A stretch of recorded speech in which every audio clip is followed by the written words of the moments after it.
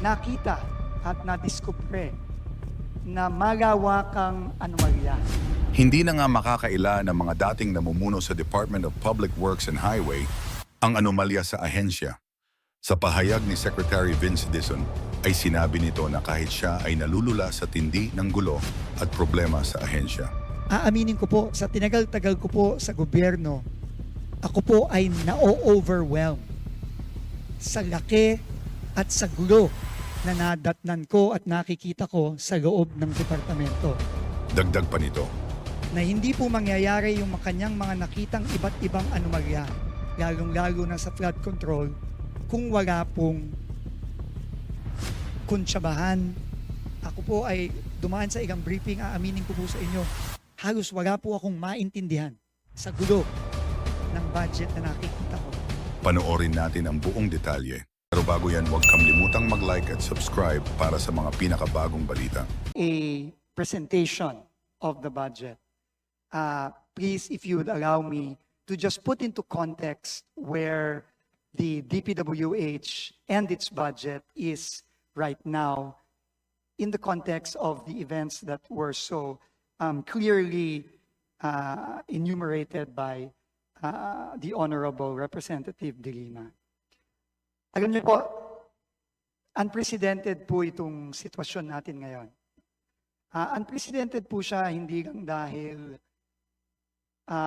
nandito po tayo sa sitwasyon na kailangang rebisahin at repasuhin ang budget ng isang ahensya na napapaloob sa National Expenditure Program habang dinidinig na ng Kamara ang budget. Pero tingin ko po, ayon na rin sa sinabi ng ating Pangulo, nitong paulit-ulit na sinabi ng ating Pangulo nitong nakaraang ilang linggo.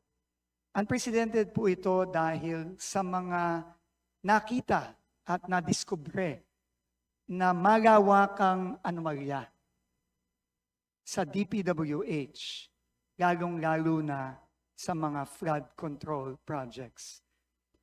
Not so long ago, the President was here delivering his SONA, and he so clearly and forcefully told the entire nation that he feels that enough is enough. Na hindi na dapat maulit itong mga nakita niya, nakita ninyo, at nakita ng buong bayan ng mga project na dapat para sa benepisyo ng taong bayan na nilustay lamang. So I think, honorable members, Chair Mika, please just allow me to first and foremost put into context the President's very clear directives to me as the new Secretary or Acting Secretary of the Department of Public Works and Highways. Dalawa lang po ang sinabi ng Pangulo sa akin. Nung ako po ay sinabihan nito lamang wala pang isang linggo, nung pong Sunday, kung tatanggapin ko ba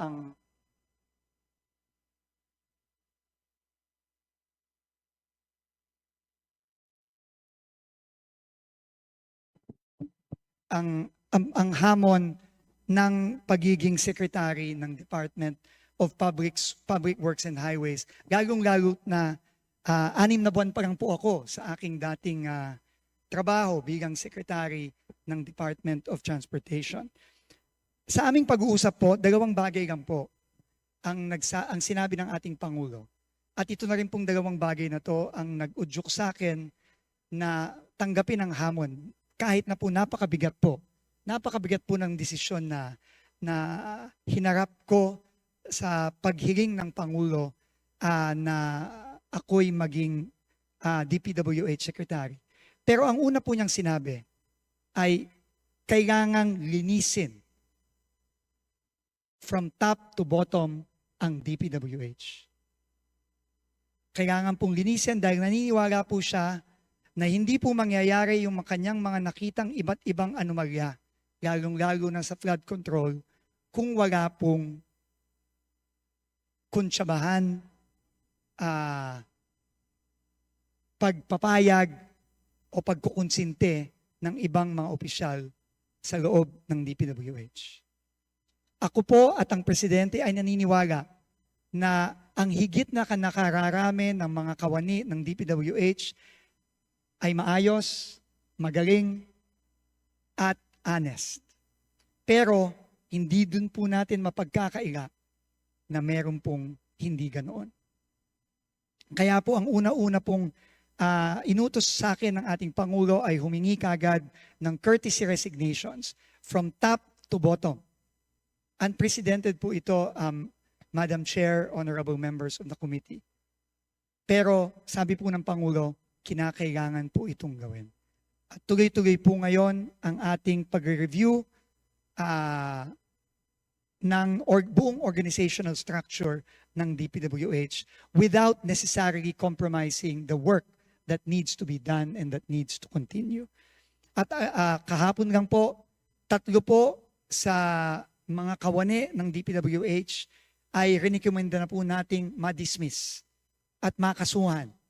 Sila po ay humarap na rin po dito sa Kongreso at Senado, pero nakakalap na po tayo just in a few days ng overwhelming na ebidensya laban sa kanila para sila ay i-dismiss at pakasuhan sa Office of the Ombudsman, at yun po ay ginagawa na natin.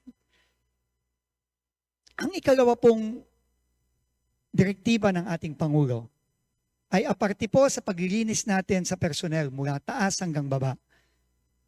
Kailangan din po natin ng sweeping reforms sa loob ng departamento. Aaminin ko po, sa tinagal-tagal ko po sa gobyerno, ako po ay na-overwhelm sa laki at sa gulo na nadatnan ko at nakikita ko sa loob ng departamento ng Public Works and Highways. Hindi po ito magiging madaling proseso at hindi din po ito magiging mabilis na proseso. This will take time and this will be a very, very difficult process of reform. But as the President said, enough is enough and we must start somewhere. Kaya po nag-commit po ako sa ating Pangulo at sa inyo po at aming mga mahal na representatives ng ating mga kababayan na magre-reforma po tayo hindi lamang po sa proseso ng budget. Doon po marami po akong nakikitang kailangan reformahin. At yun po ay nagpapasalamat po ako sa ating mga miyembro ng Kongreso na matapang po nilang isiniwalat at inilabas ang mga nakita nilang mga problema dito sa 2026 NEP. Yung pong mga proyektong completed na pinopondohan pa rin. Yung pong mga double entry na isang proyekto pero dalawang entry at therefore dalawang budget. Yan po ay kailangan po hindi lamang malaman ng ating mga kababayan, pero kailangan po nating ayusin at kailangan po nating tanggalin. Marami din pong kailangan reforma na kailangan gawin sa procurement process ng DPWH. Diyan po nagsisimula ang korupsyon. At makakaasa po kayo sa mga susunod na linggo, sa mga susunod na buwan, gagawin po natin yan. At dahil po para ipakita sa ating mga kababayan at sa inyo po, sa kanilang mga representante na ang Pangulo po ay seryoso, nung ilang araw po ang nakalipas, tayo po ay nag-order ng complete pause ng ongoing biddings ng mga proyekto sa DPWH para po mag-install ng mga safeguards para hindi po mauulit ang mga nakita nating pagkakamali at anomalya. Nakitang-kita naman po, hindi lamang ng ating Pangulo, kundi ng ating buong sambayanan. Magkakaroon din po tayo ng sweeping reforms sa project management at project monitoring. Ito pong mga issue sa DUPA, ito pong mga issue sa paano ba nagsisimula ang pagpaplano ng proyekto at paano po ito napupunta sa budget at paano po ito ini-implement. Marami pong nagtatanong, meron po bang master plan para sa flood control ang DPWH? Unfortunately po, mukha po ang sagot po doon, wala. Kailangan po nating magkaroon nun. Kailangan din po nating magkaroon ng strict monitoring ng project implementation. Nakita ko po mismo sa sarili kong mata ang isang ghost project sa Bulacan kahapon. At nakakainis po na yung pong contractor na nagsabi na completed na ang project last year, na pinayagan at nag-sign off ang DPWH last year po, na fully paid last year. E nandun po, nagmamadaling buhayin ng patay, na sinabi ko kahapon. At i-cover up yung ghost project na yon. Tinanong ko po mismo yung kapitan ng barangay kahapon sa Plaridel, kailan po ba nagsimula ang trabaho dito? Knowing na nakalagay po sa dokumento ng DPWH, completed at fully paid na po noong 2024 ang proyektong ito, worth almost 100 million pesos. Sinabi po ng kapitan at ng mga tao doon, Secretary, 3 weeks ago lang po nagsimula ang trabaho dyan. Ito po ay klarong failure sa monitoring at project implementation. Ito po ay klarong failure sa procurement system. Ito po ay klarong failure sa planning. At kailangan po lahat ng ito ay simulan na nating baguhin at reformahin. Ito lang pong dalawang bagay ang kabilin-bilinan ng ating Pangulo. At nangako po ako sa inyo na sisimulan po natin ito. Hindi po madali ito, uulitin ko po, hindi po madali at hindi po mabilis ito. Pero we have to start somewhere. At tungkol naman po sa budget po ng DPWH na naisumiti na sa Committee on Appropriations sa Kongreso under the National Expenditure Program for 2026. Kami po ni Secretary Mina ay susunod po sa utos ng Pangulo na kailangan nating rebisahin at repasuhin at kung kinakailangan baguhin ang budget po na isinumite ng DPWH. Yun po ang hihingiin ko po sa inyong tulong. Tulungan niyo po kami. Lalo na po ako na 5 araw pa lang po ako. Wala pa pong 5 araw po ako nandito. Ako po ay dumaan sa ilang briefing, aaminin ko po sa inyo, halos wala po akong maintindihan sa gulo ng budget na nakikita ko. Kahit na po matagal na po ako sa gobyerno, marami-rami na rin po akong ahensyang nahawakan. Ako po litong-lito hanggang ngayon. At napakalaking bagay po ng tulong ng honorable members ng Congress para maipakita sa amin, sa akin, at sa buong sambayanan ang mga pagkakamali dito sa budget na ito. Para po mabago natin at maipakita naman po natin sa ating taong bayan na seryoso po tayo sa mga pagbabago gusto nating gawin sa DPWH. Kaya po ngayon, pasensya na po, hindi po ako makakapag-present. Tama po si Congressman Rufus Rodriguez. Magsasayang lang po tayo lahat ng oras kung ako po ay magpe-present ng budget na babaguhin din po natin sa tulong po ninyo. Kaya po ako hihingi ng paumanhin. Hindi po muna ako magpe-present at hihingi po sana ako ng panahon. Hindi po madali ito. Hihingi po, sabi ko po nung una ay kahit po sana 2 linggo, pero alam ko po na may timeline po ang Kongreso para matapos ang budget. So, tatanggapin ko po ang oras na ibibigay ng ating honorable committee, ng ating chairperson. At kung kinakailangan po, hindi na po kami matutulog para lang po maayos ito at mabago. Kasi po, napaka-importante po nito. At kailangan na po nating magsimulang baguhin itong sistema na hindi maganda na nagre-resulta dito sa mga proyektong nakikita natin sa buong bansa. Salamat po ulit, Chair Mika, sa ating mga honorable members. At uulitin ko po, salamat po sa paglalabas ninyo ng mga nakita niyong pagkakamali. At ako po mismo ay personal na looking forward po dito sa ating mga diskusyon. At please po, wag po kayong mag-aatubili na magsabi po ng mga iba pang mga pagkakamali na nakita niyo po dito sa 2026 budget. At ito po ay isasama po natin dito sa ating sweeping review at pagrepaso sa budget ng DPWH. Maraming salamat po at thank you ulit sa pagkakataong ito. Thank you po. Thank you very much po. Maraming salamat po, Secretary Vince Dizon.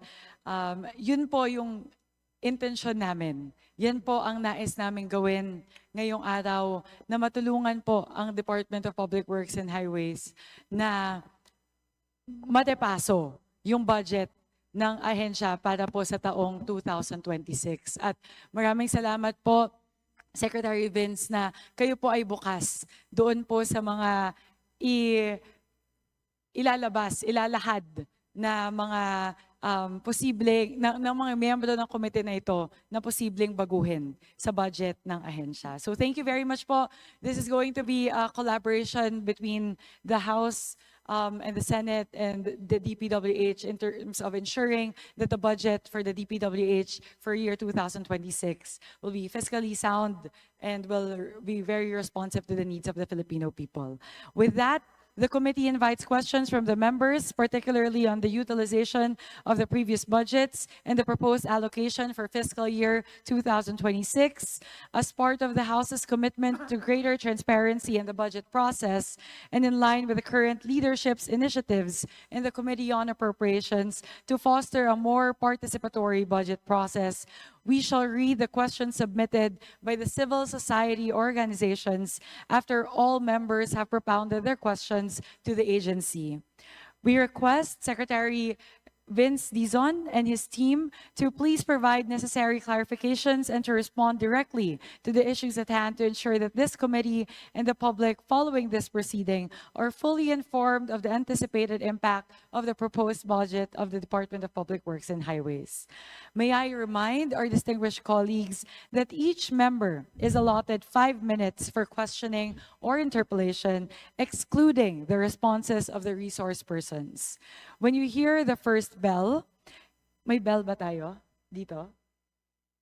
There's no bell, but we do have a timer, as you can see on the screen.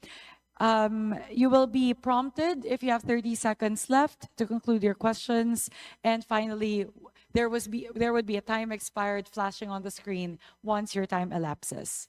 In accordance with the long-standing and respected tradition of the House of Representatives and in accordance with our internal rules in the Committee on Appropriations to accord preferential treatment to the minority members, followed by the independent and majority members.